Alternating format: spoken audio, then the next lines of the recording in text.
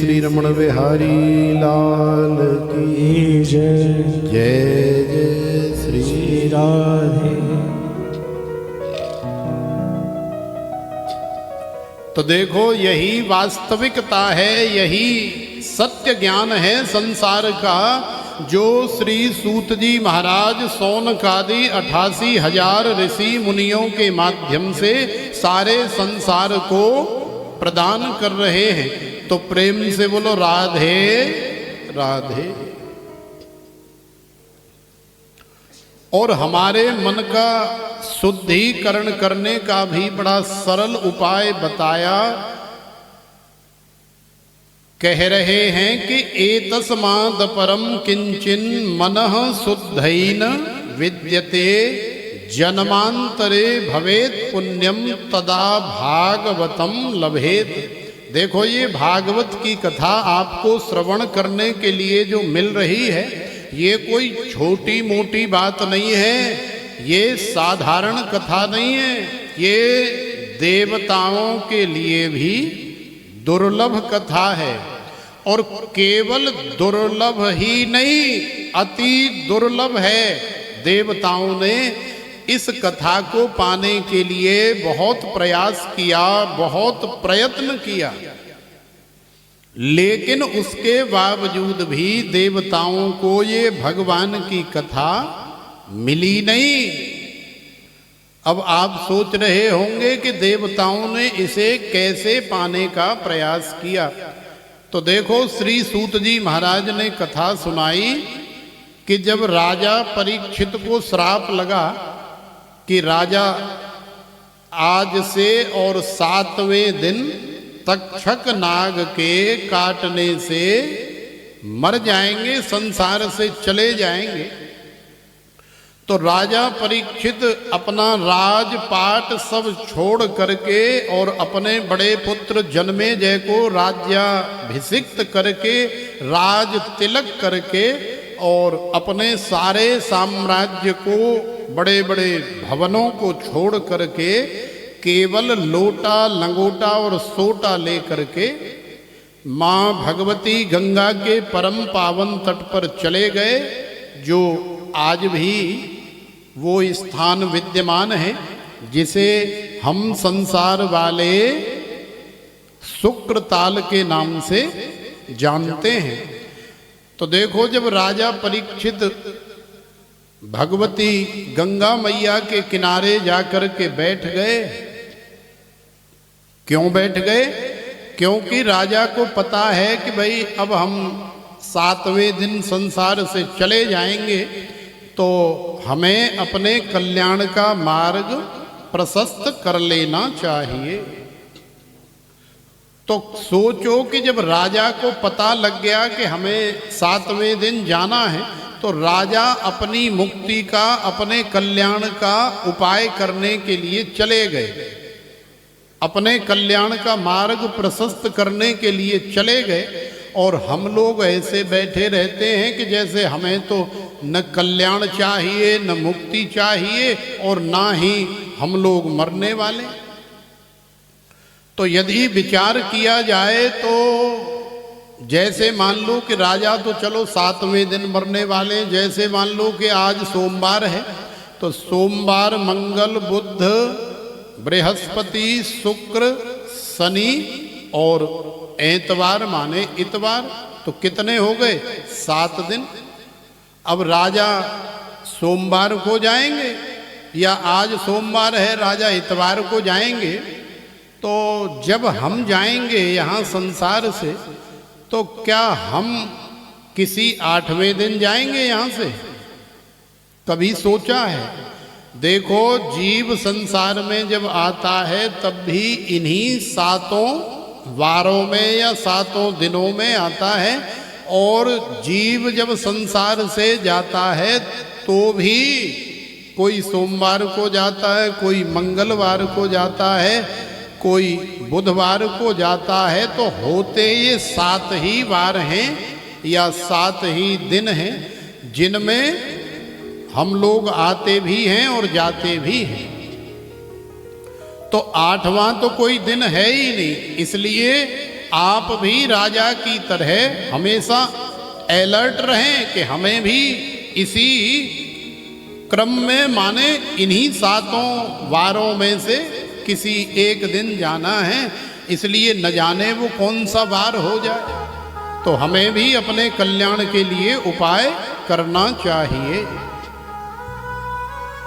अब राजा माँ भगवती गंगा के परम पावन तट पर विराजमान हैं, बैठे हैं, भजन कर रहे हैं, भगवान का ध्यान कर रहे हैं, गंगा जी का स्नान आचमन कर रहे हैं। जब सारी दुनिया में बात फैली, खबर पता लगी, तो साधु संत ऋषि मुनि ब्राह्मण और भगवान के भक्त जनों को बड़ा कष्ट हुआ, बड़े दुखी हुए। क्यों?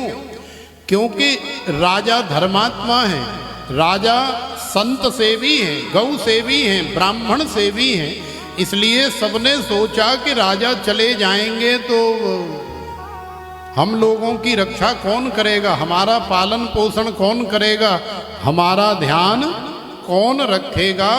इसलिए सबके हृदय में राजा के जाने से बड़ी पीड़ा हुई, बड़ा दुख हुआ।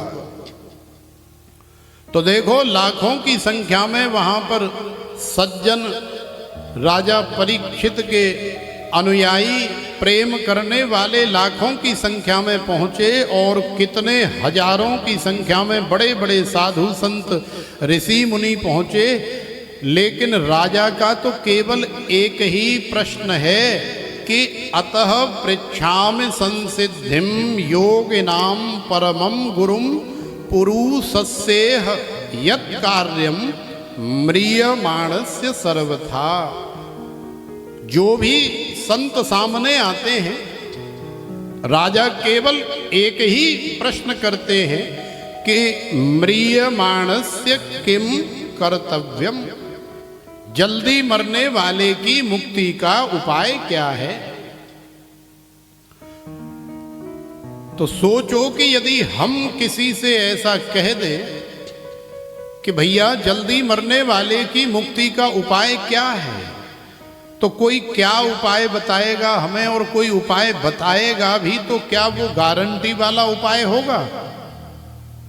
क्योंकि मुक्ति पाने के लिए न जाने कितने जन्मों से, न जाने कितने युगों से साधक साधना करते हैं, लेकिन फिर भी मुक्ति नहीं मिलती। हजारों लाखों जन्म लेने के बावजूद भी मुक्ति नहीं मिलती। तो सोचो कि कोई गारंटी कैसे दे सकता है कि भाई तू ऐसा कर ले तो 7 दिन में तू मुक्त हो जाएगा। कोई गारंटी नहीं दे सकता। तो जितने साधु संत ऋषि मुनि पहुंचे हैं, हर साधु संत से राजा का केवल एक ही सवाल है, लेकिन किसी के पास उस सवाल का जवाब नहीं है। क्योंकि हर साधु यही सोचता है कि यदि केवल 7 दिन उपाय कर लेने से मुक्ति हो जाती तो फिर इतने लाखों वर्षों से हम काहे को बैठे यहाँ, हम तो कब के मुक्त हो जाते, हमारा तो जन्म ही नहीं होता। क्योंकि मुक्त होने के बाद फिर जीव का संसार में जन्म नहीं होता, वो भगवान में ही लीन हो जाता है। तो सबकी नजरें झुक गई, कोई ये नहीं निर्णय कर पा रहा है कि राजा को कौन सा उपाय बताएं जिससे राजा 7 दिन में मुक्त हो जाएं। तो देखो, चूंकि राजा भगवान के भक्त हैं और भगवान के भक्त के जीवन में जब भी संकट आता है तो भगवान उसकी किसी न किसी रूप में मदद करते हैं। जब राजा परीक्षित अपनी माता उत्तरा के गर्भ में थे और अश्वत्थामा ने ब्रह्मास्त्र का उपयोग कर दिया था, प्रयोग कर दिया था, और ब्रह्मास्त्र के तेज से जब उत्तरा का गर्भ जलने लगा था, भस्म होने लगा था, तो भगवान ने उत्तरा के गर्भ में जाकर के राजा परीक्षित की रक्षा करी कि नहीं? तो देखो, उत्तरा भी ऐसी सौभाग्यशाली माता है। अब वैसे ऐसी माता तो संसार में बहुत हुई हैं कि किसी माता के गर्भ से राम आए, किसी माता के गर्भ से कृष्ण आए, किसी माता के गर्भ से वामन आए, किसी माता के गर्भ से और कोई भगवान आए।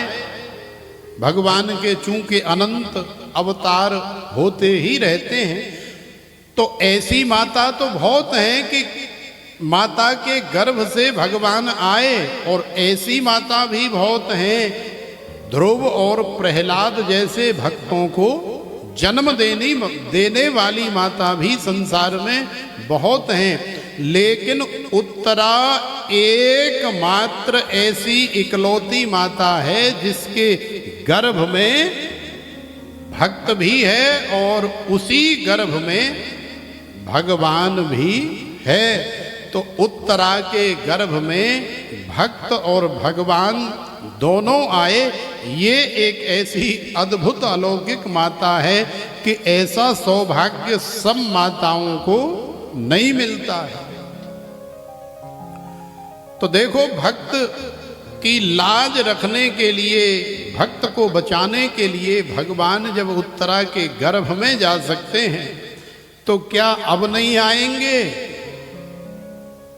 तो श्री सूत जी महाराज कह रहे हैं, हे सौनकादि ऋषियों, तत्रा भवद भगवान व्यास पुत्रो यदृच्छया गामट मानोनपेक्षः अलक्षलिंगो निज लाभ तुष्टो वृतश्च वालैः अवधूत वेशः। भगवान श्री कृष्ण का ही एक अवतार भगवान श्री कृष्ण ही समझ लो कि तत्रा भवद भगवान व्यास पुत्रो, भगवान ही महर्षि वेद व्यास जी के पुत्र के रूप में, माने सुखदेव के रूप में संसार में प्रकट हो,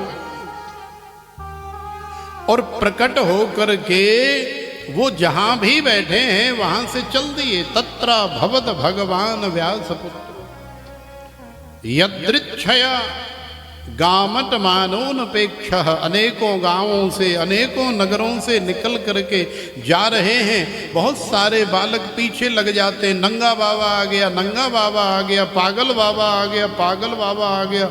अरे जब हम छोटे से थे अपने गांव में तो पहले नंगा बाबा आते थे, भीड़ लग जाती थी, नंगा बाबा आ गया, नंगा बाबा आ गया, नागा बाबा आ गया। तो श्री सुखदेव जी का कितना सुंदर स्वरूप है, क्योंकि साक्षात भगवान व्यास पुत्रो, भगवान ही तो महर्षि वेद व्यास जी के पुत्र के रूप में अवतरित हुए हैं। क्यों अवतरित हुए हैं? क्योंकि अपने भक्त को बचाना है। तो देखो, जब भक्त माता के गर्भ में है और आवश्यकता है कि यहाँ पर शस्त्र का प्रयोग किया है, तो भगवान ने राजा को शस्त्र का प्रयोग करके ही बचाया। कहते न कि लोहे को लोहे से काटा जाता है। कांटा लग गया है जंगल में तो डॉक्टर नहीं मिलेगा मैया। तुम सोचो कि यहाँ कोई डॉक्टर निकल आए और पैर को बढ़िया अपनी जंघा पर या अपने घुटने पर रख करके साफ करे और उसमें केमिकल दवाई लगाए और बढ़िया सुन्न करके और फिर सुई से कांटा निकाल दे, तो डॉक्टर नहीं मिलेगा। इसलिए पैर में कांटा लग गया है तो कांटे को केवल कांटे से ही निकाला जा सकता है। तो उत्तरा के गर्भ में चूंकि ब्रह्मास्त्र का प्रयोग किया है, इसलिए भगवान ने अपनी गदा को इतनी तेज घुमाया कि राजा परीक्षित को ऐसे लगा कि भगवान का सुदर्शन चक्र मेरी रक्षा कर रहा है। तो वहाँ शस्त्र का प्रयोग हुआ है, इसलिए शस्त्र लेकर के गए। और यहाँ पर चूंकि समीक ऋषि के बालक ऋषि कुमार श्रृंगी ने वाग वज्र का प्रयोग किया है, माने वाणी से श्राप दिया है कि आज से तुम 7वें दिन चले जाओगे तक्षक नाग तुम्हें काट लेगा। क्यों? क्योंकि तुमने मेरे पिता के गले में मरा हुआ सर्प डाला है, तुमने मेरे पिता का अपमान किया है। जबकि राजा ने जानबूझ करके नहीं किया है, राजा से अनजाने में अपराध हुआ है। याद रखो, कई अपराध ऐसे होते हैं कि यदि अनजाने में भी हो जाए मैया तो उनकी सजा हमें भुगतनी पड़ती है। इसलिए आपको बता रहे हैं, कभी भगवान के किसी भक्त का, साधु का, पूजा पाठ करने वाले ब्राह्मण का, गैया का, इनका कभी भूल के भी अपमान न हो जाए। यदि भूल से भी अपमान हो जाता है तो भी उसका अपराध, उसकी सजा हमें भोगनी पड़ती है, मिलती है। भगवान को गाली दे दोगे, भगवान सजा नहीं देंगे। भगवान को बुरा भला कहोगे, भगवान सजा नहीं देंगे। भगवान की सेवा, पूजा, भक्ति, साधना, नाम जप इत्यादि न करोगे तो भगवान को कोई फर्क नहीं पड़ता। लेकिन यदि आपने भगवान के किसी प्रेमी का दिल दुखा दिया तो सच मानो भगवान उसे कभी क्षमादान नहीं देते, उसे सजा मिलती। इसलिए गलती से भी ऐसा कोई अपराध हमसे नहीं होना चाहिए। लेकिन राजा से हो गया तो अब देखो राजा को सजा मिल रही है। लेकिन चूंकि राजा भगवान के भक्त हैं तो भगवान ही राजा को बचाने के लिए आज श्री सुखदेव जी महाराज के रूप में चले आए। बोलिए श्री सुखदेव जी महाराज की जय जय श्री राधे। श्री सुखदेव जी महाराज का बड़ा सुंदर आगमन हुआ और श्री सुखदेव जी महाराज ने, जैसे मान लो कोई बीमार हो जाता है और हजारों डॉक्टरों को दिखाने के बावजूद भी कोई फर्क नहीं लगता है, और फिर कोई एक ऐसा डॉक्टर चला आता है जो कहता है बेटा रामलाल तुझे फिक्र करने की आवश्यकता नहीं है, डरने की तो बिल्कुल जरूरत नहीं है। क्यों?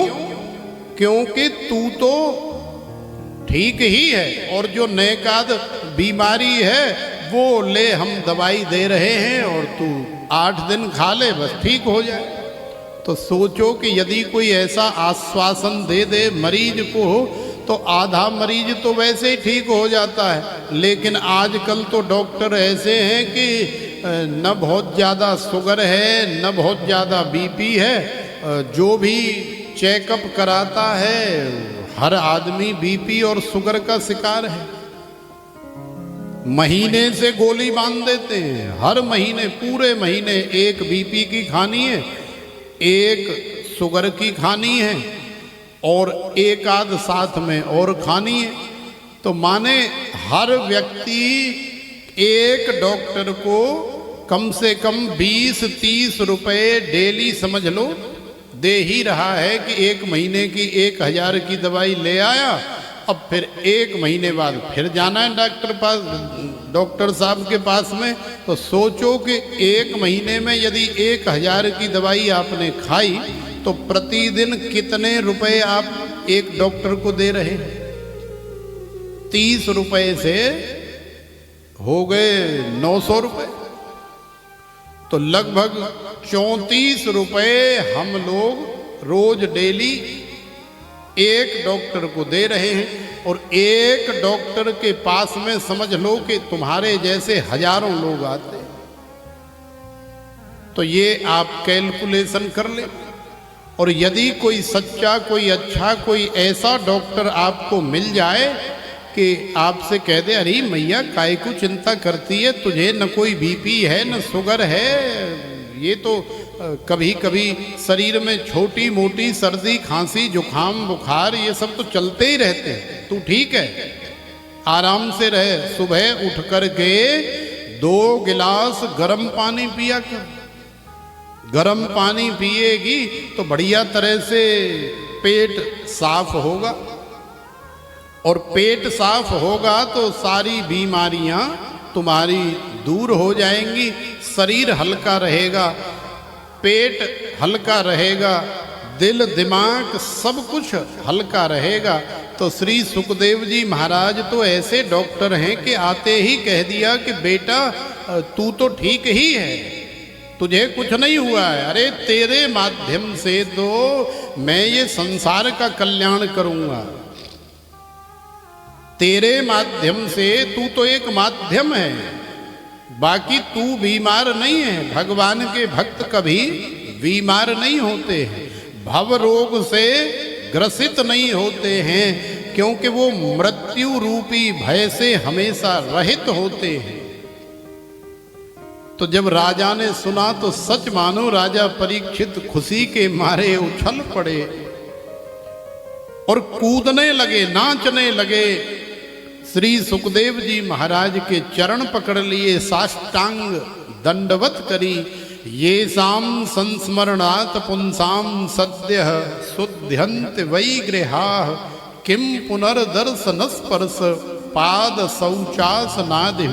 हे गुरुदेव, आप जैसे डॉक्टरों की, आप जैसे महापुरुषों की आवश्यकता है संसार में, अन्यथा सारी दुनिया लूटने में लगी हुई है। लेकिन आप जैसे डॉक्टर, आप जैसे महापुरुष मिल जाएं तो ये साम संस्मरणात् पुंसाम, आप जैसे महापुरुषों का तो केवल स्मरण ही जीव के समस्त दुखों का नाश कर देता है। सद्यः शुद्ध्यन्त वैगृहाः, चाहे कितनी भी अपवित्र भूमि हो, चाहे वो भूमि शमशान के समान ही क्यों न अपवित्र हो, लेकिन यदि आप जैसे महापुरुषों के चरणार विंद, चरण कमल वहां पधार जाएं तो देर नहीं लगती। सद्यः माने तुरंत, जस्ट अभी, एक पल में। सद्यः शुद्ध्यन्त, इतना अच्छा शुद्धिकरण हो जाता है उस भूमि का। और यदि आप जैसे महापुरुषों का घर में आगमन हो जाए तो फिर तो गुरुदेव कहना ही क्या है। सद्यः शुद्ध्यन्त वैगृहाः, वो घर नहीं, वो घर भगवान का मंदिर हो जाता है। इतनी पवित्रता आ जाती है आप जैसे महापुरुषों के चरणार बिंदु से। किम पुनर्दर्शन स्पर्श, आप जैसे महापुरुषों का साक्षात दर्शन हो जाए और दर्शन के साथ में यदि चरणों का स्पर्श करने का लाभ भी मिल जाए तो जीवन धन्य हो जाता है।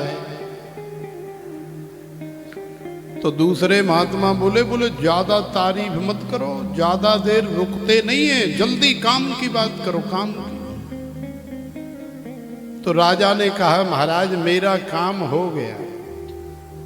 काम क्या है, बस इतना ही तो है, आपको गारंटी चाहिए। भाई 50,000 रुपए का तो हम ले लेंगे मोबाइल, लेकिन गारंटी चाहिए। और बिना गारंटी के वही फीचर वाला, वही कैमरे वाला, उससे भी बड़ी स्क्रीन वाला 30,000 का लेने के लिए तैयार नहीं होते। क्यों? क्योंकि गारंटी नहीं है, ये कब खराब हो जाएगा, कब बंद हो जाएगा, कब डैमेज हो जाएगा। लेकिन यदि 50,000 में भी गारंटी मिल रही है 1 साल या 2 साल की, तो आंख बंद करके ले आते हैं कि भैया गारंटी है,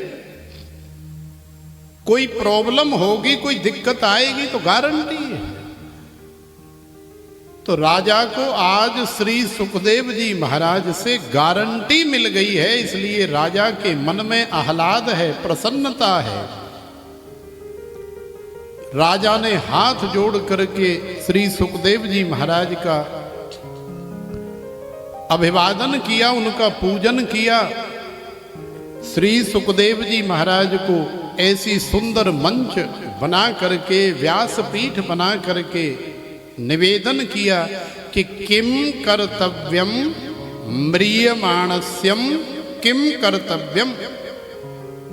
हे गुरुदेव आप हमें बताएं कि अतः पृच्छामि संसिद्धिम योगिनाम परमं गुरुम पुरुषस्य यत् कार्यम म्रियमाणस्य सर्वथा। अच्छा ये बताओ कि हम वैसे ही बोले ही जा रहे हैं, काव्य कजू समझ में भी आ रही है कि चांद के ऊपर है जा रही है? कथा समझ में आ रही है?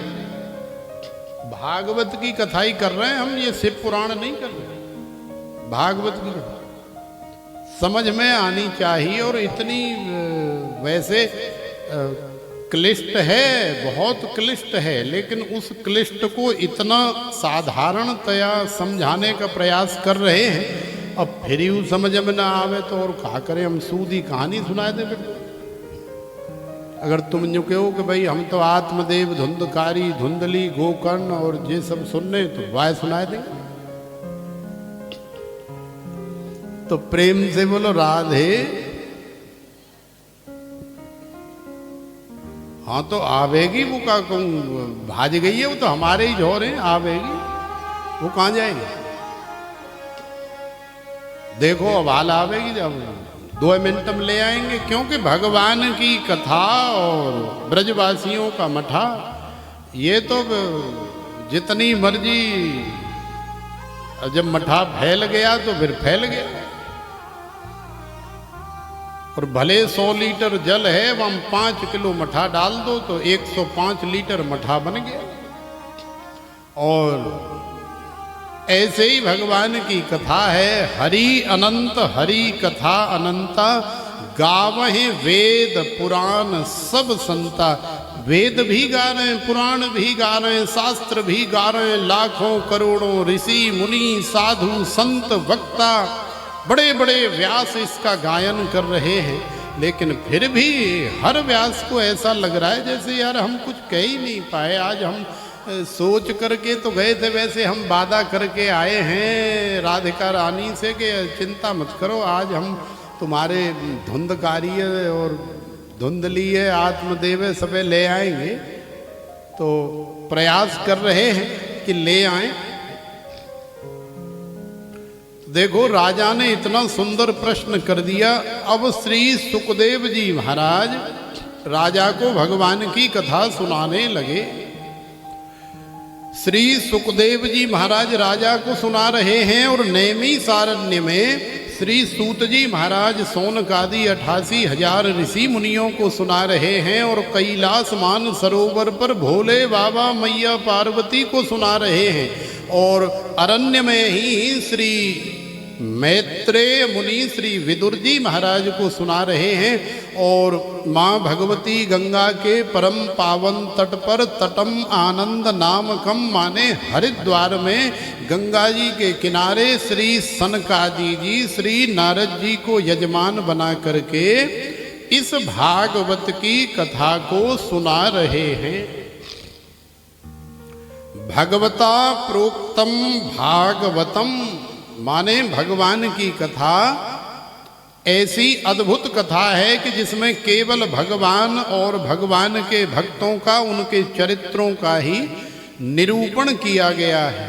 तो प्रेम से बोलो राधे। हाँ पी लो, हम कछु नहीं कहेंगे, चिंता मत करो। अगर बहुत ज्यादा प्यास लगे तो जल पीना चाहिए, जल की कोई ऐसी रोक टोक नहीं है। लेकिन जो खाने पीने वाली वस्तु होती है वो कथा करते समय या सुनते समय उसका सेवन हमें नहीं करना चाहिए। लेकिन जल तो ऐसी चीज है कि भाई जल ही जीवन है। कई बार वक्ता का ही गला अटक जाए तो उसे भी एक घूंट लेना पड़ेगा गीला करने के लिए। और सुनने वाले को भी सुनते सुनते यदि गला खुश्क हो जाए या इतनी खुश्की हो जाए तो उसे भी एक गिलास लेना पड़ेगा। तो प्रेम से बोलो राधे। तो श्री सुखदेव जी महाराज जैसे ही कथा सुनाने के लिए तैयार हुए तो देखो श्री सूत जी महाराज कह रहे हैं कि इंद्रादि देवता चले आए, एवं विनिमये जाते सुधा राज्ञा प्रपीयताम प्रपास्यामो वयम सर्वे श्रीमद् भागवतामृतम। बड़ी सहजता, बड़ी नम्रता, बड़ी विनम्रता, बड़ी सरलता के साथ हाथ जोड़ करके चले आए इंद्रादि देवता और आकर के निवेदन कर रहे हैं, बोले महाराज ये जो कथा आप सुनाने जा रहे हैं ना, ये कथा आप हमको सुना दीजिए, और ये जो राजा बैठा है इसकी समस्या तो हम जानते हैं क्या समस्या है, ये बीमार है, इसकी दवाई हम लेके आए हैं। बोले क्या दवाई लेके आए? बोले इसकी दवाई है अमृत। क्यों? क्योंकि ये मरने वाला है और मरने वाले को बचाने की दवाई तो केवल अमृत है, जो स्वर्ग में ही है और इस मृत्यु लोक में अमृत नहीं है। तो हम लोग सुधा कुंभम गृहीत्वैव देवास्तत्र समागमन, हम सुधा से भरा हुआ अमृत का कलश लेकर के आए हैं, आप इसमें से 2 चम्मच राजा को पिला दीजिए, 2 चम्मच आप पी लीजिए, बाकी 2-4 आपके जो बढ़िया बढ़िया भगत हैं, बढ़िया चेला चपाटे, 1-1 चम्मच उनको भी महाराज पिला दीजिए। लेकिन निवेदन ये है कि इस राजा को यहाँ से हटा दीजिए और हमें आप भगवान की कथा सुना दीजिए। तो श्री सुखदेव जी महाराज तो सन्न रह गए, बोले ये देवता कह का रहे, हम तो राजा को कथा सुनाने के लिए बैठे, हम तो अब जैसे मान लो हम रीटा ने बुलाए और चले आए और रीटा को मुख्य यजमान बना करके कथा कर रहे हैं, और अभी ये नीले सूट वाली मैया चली आवे, बोले बाबा जब कथा फताए बंद करो, 5 लाख रुपया तुम्हें हम देंगे, चलो कल लेते हमारे वहां कथा शुरू करो। तो सोचो कि यदि सच्चे कथाकार और सच्चे भगवान के भक्त यदि हम होंगे तो क्या करेंगे?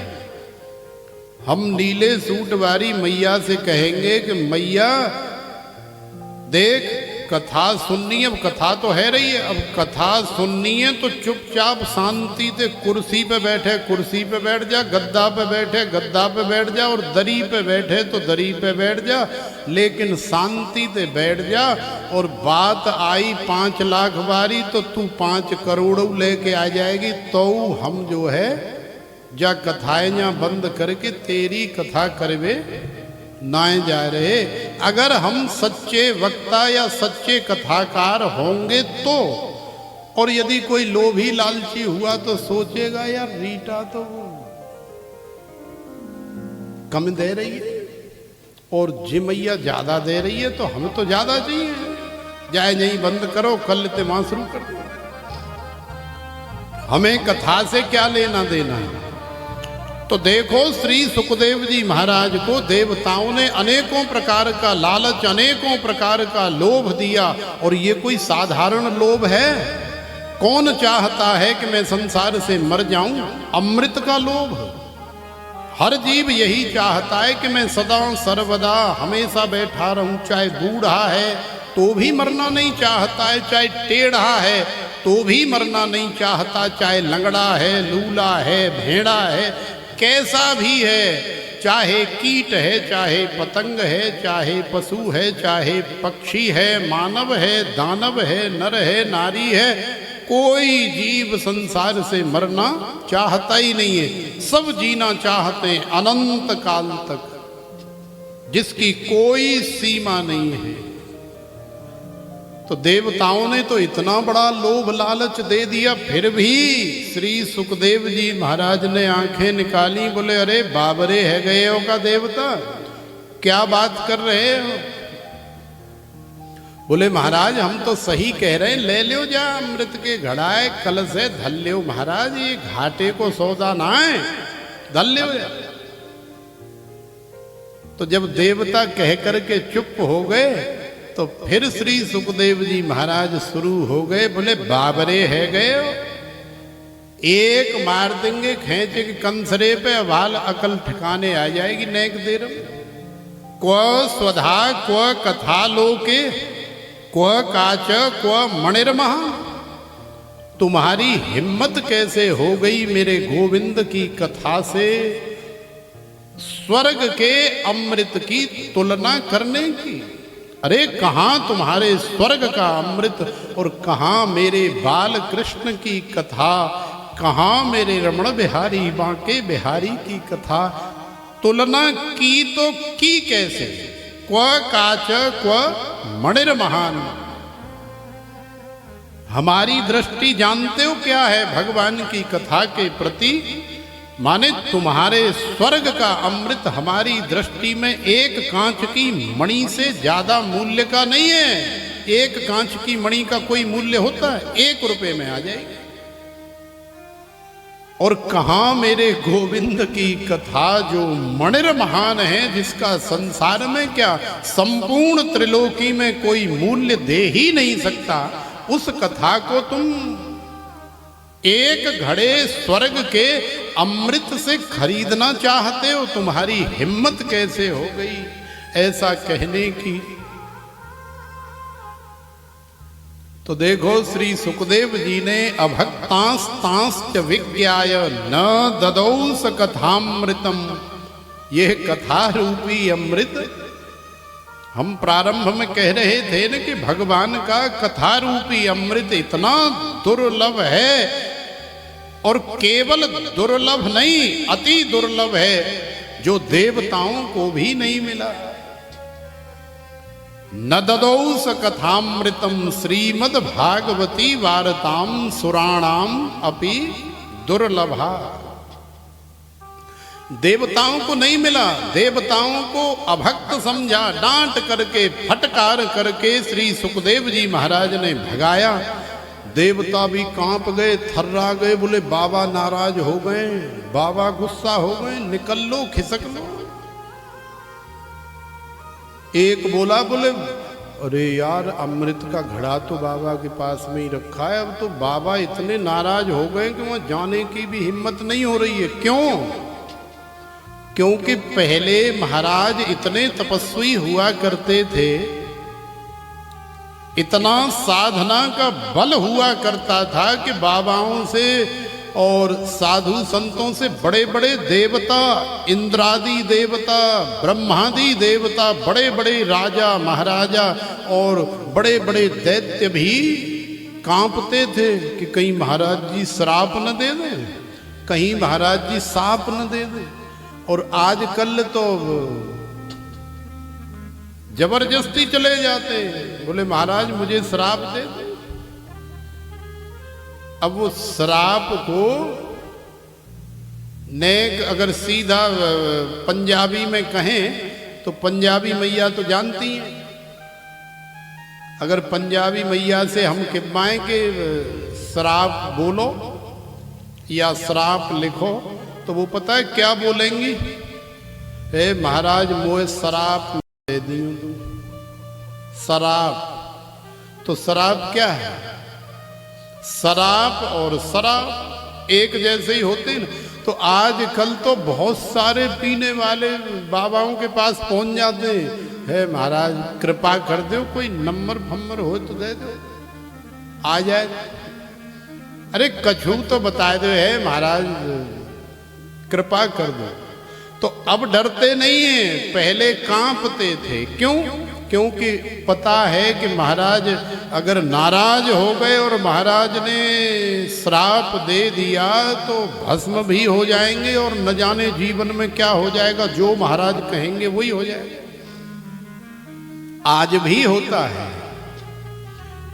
लेकिन कब होता है? ये तब होता है जब साधना की जाती है और सहज स्वभाव से साधु बोलता है। जब तार उसके साथ कनेक्ट हो और साधु बोले सहज स्वभाव, तो साधु का बोला व्यर्था न जाए। आज भी होता है। तो देवता लोग घबराने लगे और धीरे से अमृत का कलश उठाया और जैसे तैसे करके जान बचा करके भाग के गए, दौड़ करके स्वर्ग में पहुंचे, स्वर्ग से फिर ब्रह्मलोक में ब्रह्मा जी के पास पहुंचे। ब्रह्मा जी के पास जाकर के अपने दंड कमंडल, आइडेंटिटी कार्ड और वो सब पटक दिए। बोले महाराज धर राखो अपनी नौकरी, हमें ना करनी, तुम्हारी नौकरी है गई। तो ब्रह्मा जी हड़बड़ाए, बोले ये देवताओं को क्या हो गया, कोई नई यूनियन वगैरह बन गई क्या, पैसा पैसा बढ़वाएंगे क्या? अरे हमें ना करनी तुम्हारी नौकरी। बोले बात का है लाला, बताओ तो सही, कोई क्या परेशानी है, कोई तनख्वाह वगैरह बढ़वाने का मन है क्या? बोले ना है, तुम हमें लाख रुपए महीना भी दो तो भी हम नहीं करेंगे। बोले क्यों नहीं करोगे? अरे बोले हमें इज्जत की नौकरी चाहिए महाराज, भले वो जो 15,000 रुपया महीना आप दे रहे हो 14 कर दो, लेकिन महाराज हमें इज्जत चाहिए। बोले इज्जत? अरे तुम्हारी बेइज्जती कर कौन रहा है, हो कहाँ रही है, बात क्या है? तो एक देवता ने धीरे से ब्रह्मा जी को समझाया। बोले महाराज ऐसी ऐसी बात है। बोले अच्छा तो ये बात है? बोले हाँ। तो बोले जे कौन सी बड़ी बात है? अरे देख लो, केवल 7 दिना की ही तो बात है, अब इतने क्यों घबरा रहे हो? 1 दिना तो कल है ही गो, आज दूसरो, और 5 दिना और देख लो। देखोगे कि नहीं? 5 दिना तो कम से कम सबर कर ही सकते हैं भाई, कि बाबा जी कैसी कथा करते हैं, और कथा सुनने के बाद फिर क्या जीवन में परिवर्तन आता है, क्या लाभ होता है, ये देखना चाहिए। तो ब्रह्मा जी ने देवताओं को हाथ फेरा, समझाया। बोले कोई बात नहीं, कोई बात नहीं। बाबा जी ने थोड़ा डांट दिया, फटकार दिया, कोई नहीं। अरे केवल 6 दिना और रह गए हैं, थोड़ा देख लो कि वो राजा जो कथा सुन रहा है, तो कथा सुनने के बाद राजा का क्या होता है, तो हमें पता लग जाएगा कि वास्तव में स्वर्ग में रखा हुआ अमृत श्रेष्ठ है या मृत्यु लोक में सुनी जाने वाली, कही जाने वाली, पढ़ी जाने वाली भगवान की कथा श्रेष्ठ है। तो एक एक दिन करके देवता लोग ब्रह्मलोक में ही बैठ करके देखने लगे। आज 1 दिन हो गया, 2 दिन हो गए, 3 हो गए, और चौथे दिन तो आप जानते ही हैं कि कथा के माध्यम से जब कन्हैया हमारे जीवन में आ जाते हैं तो कितना आनंद उमड़ता है, और नंद भवन में कैसी अद्भुत बधाइयाँ गाई जाती हैं, बधाइयाँ दी जाती हैं और बधाइयाँ ली जाती।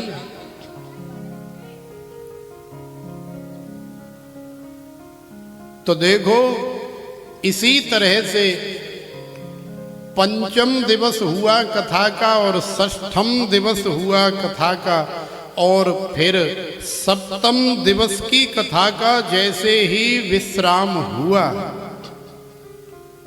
तो देवताओं ने और ब्रह्मा जी ने साक्षात प्रत्यक्ष अपनी आंखों से देखा मैया कि भगवान के पार्षद बड़ा सुंदर सा विमान लेकर के आए, और विमान के सिंहासन पर देवताओं ने बिठाया। कोई नहीं, आप लोग अपने मन को ना इधर उधर मत भटका, कथा तो हमें करनी है ना, विचलित तो हमको होना चाहिए। तो हम तो एकदम शांत हैं, आप लोग भी शांति से कथा सुन, कुछ नहीं होता है। ये संसार में न जाने क्या क्या है, उन सब से हमें बहुत ज़्यादा माथा पच्ची नहीं करनी, इसलिए हमें अपना कार्य करना है, और जो जिस कार्य के लिए भगवान ने संसार में भेजा है वो अपना कार्य कर रहा है। तो प्रेम से बोलो राधे। तो देखो जैसे ही कथा का 7म दिवस पूरा हुआ, भगवान के पार्षद विमान लेकर के आए, राजा का हाथ पकड़ करके सिंहासन पर बिठाया, आरती उतारी, चंवर ढुलाया और भोग निवेदित किया, और भगवान का कीर्तन करते हुए फिर भगवान के धाम में जब राजा परीक्षित को ले जाया गया पार्षदों के द्वारा, तो ब्रह्मा जी को आश्चर्य हो गया, ब्रह्मा जी विस्मित हो गए, बोले ये क्या हो गया भाई, ये तो गजब हो गया। अरे जिस मुक्ति को पाने के लिए बड़े बड़े देवता, बड़े बड़े ऋषि मुनि हजारों लाखों वर्षों से साधना कर रहे हैं लेकिन नहीं मिल रही, लेकिन राजा ने केवल 7 दिन कथा क्या सुन ली, राजा की तो संसार सागर से, भव सागर से मुक्ति हो गई।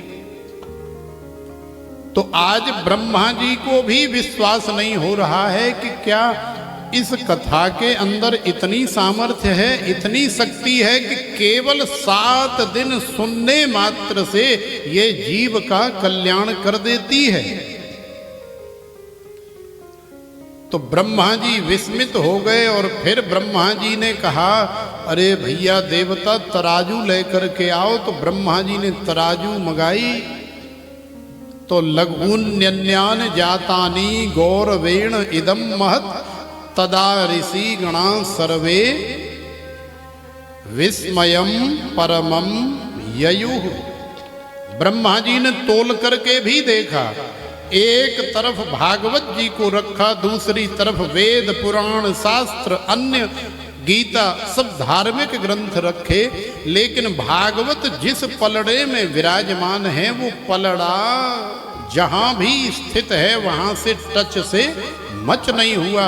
तो आखिरकार ब्रह्मा जी ने भी हाथ जोड़े, अपराध हो गया, ब्रह्मा जी ने भगवान से माफी मांगी। तो देखो कली काल में भागवत से श्रेष्ठतम सरलतम सहजतम जीव के कल्याण के लिए और कोई साधन नहीं है। ब्रह्मा जी ने भी भगवान से प्रार्थना करी और फिर समस्त ऋषि मुनियों ने एकत्रित होकर के और ब्रह्मा जी के सहित श्रीमद् भागवत के ऊपर हस्ताक्षर कर दिए कि श्रीमद् भागवत ही वास्तव में श्रेष्ठ है, श्रीमद् भागवत से बढ़ करके और कोई साधन जो है कली काल में श्रेष्ठ नहीं है। तो मेनरे भगवद रूपम शास्त्रम भागवतम कलौ। संसार में जितने शास्त्र हैं माने जितने धार्मिक ग्रंथ हैं, उन समस्त धार्मिक ग्रंथों में यदि कोई ग्रंथ बड़ी सरलता, बड़ी सहजता और बड़ा तीव्र कल्याण करता है तो वो केवल और केवल श्रीमद् भागवत ही है। इस पर मोहर लग गई, साइन हो गए और बड़े आनंद के साथ में सबने सहमति जताई। तो देखो ये भागवत की ऐसी कथा है कि देवताओं को भी नहीं मिला ये भागवतामृत, लेकिन आप सबको ये अमृत सुलभ हो रहा है। श्रीमती रीटा रामवीर सिंह और राहुल श्रीमती विमला देवी जी के माध्यम से ये अमृत आप सबको सुलभ हो रहा है। तो इसी प्रकार से हमें, अब देखो कराने वाला कोई एक होता है या 2 होते हैं, लेकिन सुनने वाले हजारों हो जाते हैं, लाखों हो जाते हैं। तो केवल कराने वाले का ही कल्याण नहीं है, जितने सुनने के लिए आते हैं उनका भी मंगल और कल्याण करने वाली है श्रीमद् भागवत की कथा। बशर्ते लगाव जो है दिल से होना चाहिए, मन से होना चाहिए और भगवान के साथ कथा सुनते सुनते हमें यारी जोड़ लेनी चाहिए, संबंध जोड़ लेना चाहिए और फिर कहना भी चाहिए कि लागी तुम संग यारी मेरे बांके बिहारी।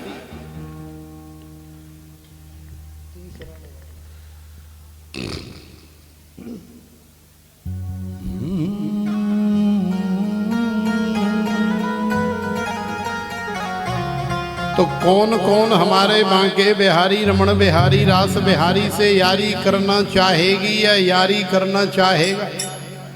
अजय सब करना चाहेंगे। तो ऐसे काम नहीं चलेगा कि खाली हाथ ठाड़े कर दिए तुम लोगों। अब हाथों के साथ में पाम भी कभी कभी ठाड़े कर दिया करो, उसमें तुम्हारा ही फायदा है। अब देखो बैठे बैठे थक जाती हो, और जब हम इस प्रकार का कोई भाव आपको सुनाएं तो पाम ठाड़े कर दिया करो, उसमें तुम्हारा ये फायदा होगा कि बैठे बैठे जो थकान हो गई है वो थकान दूर हो जाएगी, पैर भी सीधे हो जाएंगे।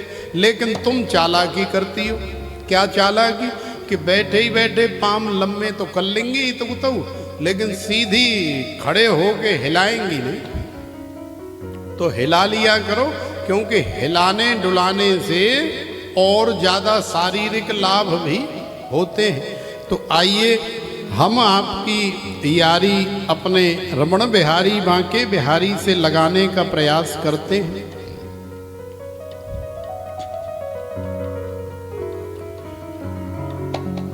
लागी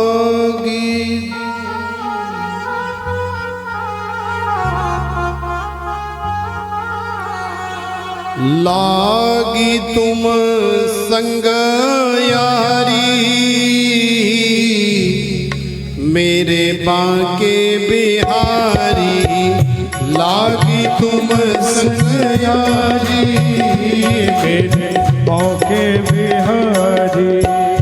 लागी तुम संग यारी, मेरे बांके बिहारी। लागी तुम संग यारी, मेरे बांके बिहारी। बांके बिहारी मेरे रमण बिहारी। बांके बिहारी मेरे रमण बिहारी। बांके बिहारी मेरे रमण बिहारी। बांके बिहारी मेरे रमण बिहारी। लागी तुम संग यारी, मेरे बांके बिहारी। ओ लागी तुम संग यारी, मेरे बांके बिहारी।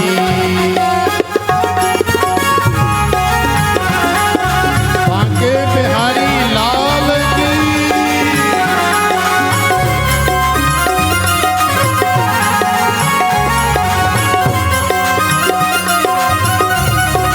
हरि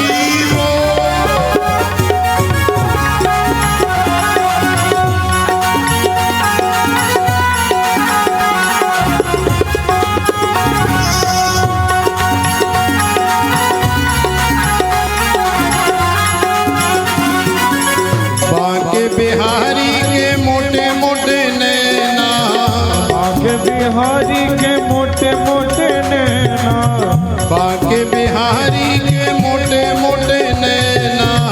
बांके बिहारी के मोटे मोटे नैना। मोटे मोटे नैनों में छोटा छोटा सेना। मोटे मोटे नैनों में छोटा छोटा सेना। मोटे मोटे नैनों में छोटा छोटा सेना। मोटे मोटे नैनों में छोटा छोटा सेना। पास बुलाए राधा प्यारी, मेरे बांके बिहारी। पास बुलाए राधा प्यारी, मेरे बांके बिहारी। लागी तुम संग यारी, मेरे बांके बिहारी। ओ लागी तुम संग यारी, मेरे बांके बिहारी।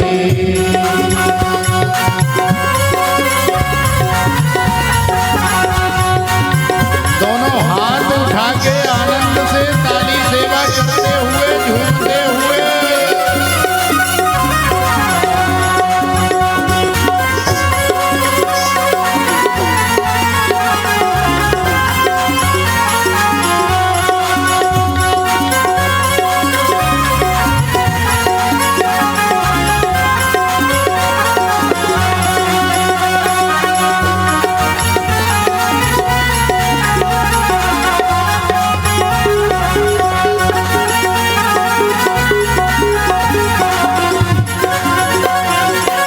कटी में पीताम्बर गले में माला।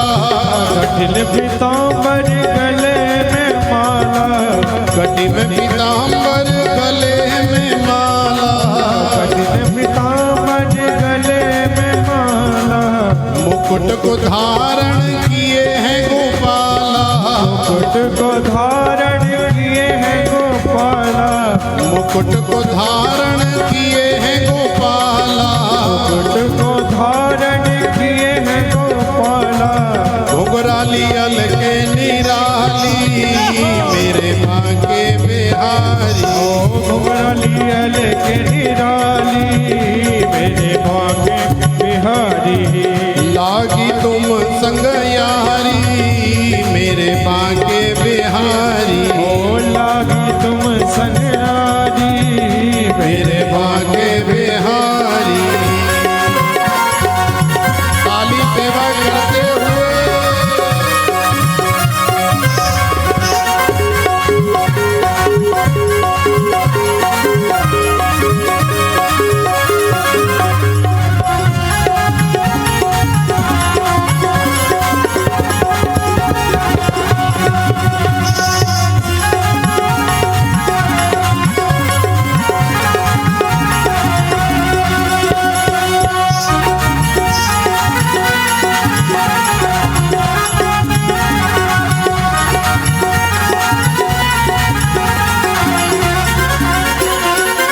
कटी में पीताम्बर गले में माला, कठिन पीताम्बर गले में माला, कटी में पीताम्बर गले में माला, कठिन पीताम्बर गले में माला, मुकुट को धारण किए हैं गोपाला, मुकुट को धारण किए हैं गोपाला, मुकुट को धारण किए हैं गोपाला, मुकुट को धारण किए हैं गोपाला, घुंघराली अलके निराली मेरे भाग्य बिहारी, घुंघराली अलके निराली मेरे भाग्य बिहारी, लागी तुम संग यारी मेरे भाग्य बिहारी, लागी तुम संग यारी मेरे भाग्य बिहारी, सांवरी सूरत के दर्शन तुम्हारे, सांवरी सूरत के दर्शन तुम्हारे, आपकी कृपा से भाग जागे हमारे, आपकी कृपा से भाग जागे हमारे, सांवरी सूरत के दर्शन तुम्हारे, सांवरी सूरत के दर्शन तुम्हारे, आपकी कृपा से भाग जागे हमारे, आपकी कृपा से भाग जागे हमारे, हम तेरे दर के भिखारी मेरे भाग्य बिहारी, हम तेरे दर के भिखारी मेरे भाग्य बिहारी, लागी तुम संग यारी मेरे भाग्य बिहारी, ओ लागी तुम संग यारी मेरे भाग्य बिहारी। दोनों हाथ उठा के आनंद लेते हुए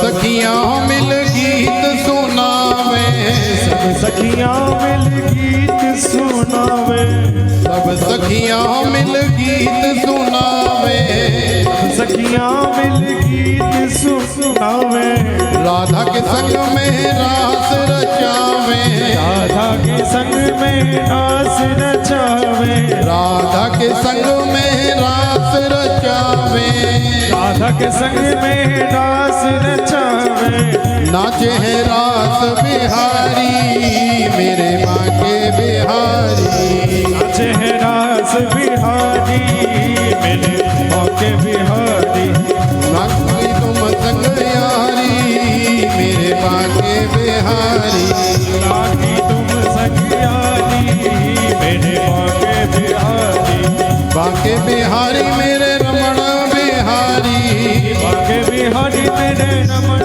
बिहारी, बाके बिहारी मेरे रमण बिहारी, बाके बिहारी मेरे रमण बिहारी, लागी तुम संग यारी मेरे बाके बिहारी, लागी तुम संग यारी मेरे बाके बिहारी, लागी तुम संग यारी मेरे बाके बिहारी, ओ लागी तुम संग यारी मेरे बाके बिहारी।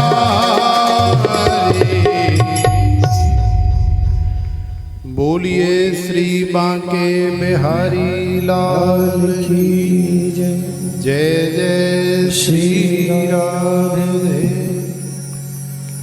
तो देखो, कथा के माध्यम से यदि आप भगवान से यारी कर लो, भगवान से संबंध जो जोड़ लो, तो तुम्हारा कथा सुनना वास्तव में सार्थक हो जाएगा। तो प्रेम से बोलो राधे। श्री सूत जी महाराज शौनक आदि ऋषियों को आगे कथा श्रवण करा रहे हैं कि एकदा हि विशालायाम चत्वार ऋषयो मलाः सत्संगार्थम समायाता दद्री सुस्तत्र नारदम। माने एक समय की बात है,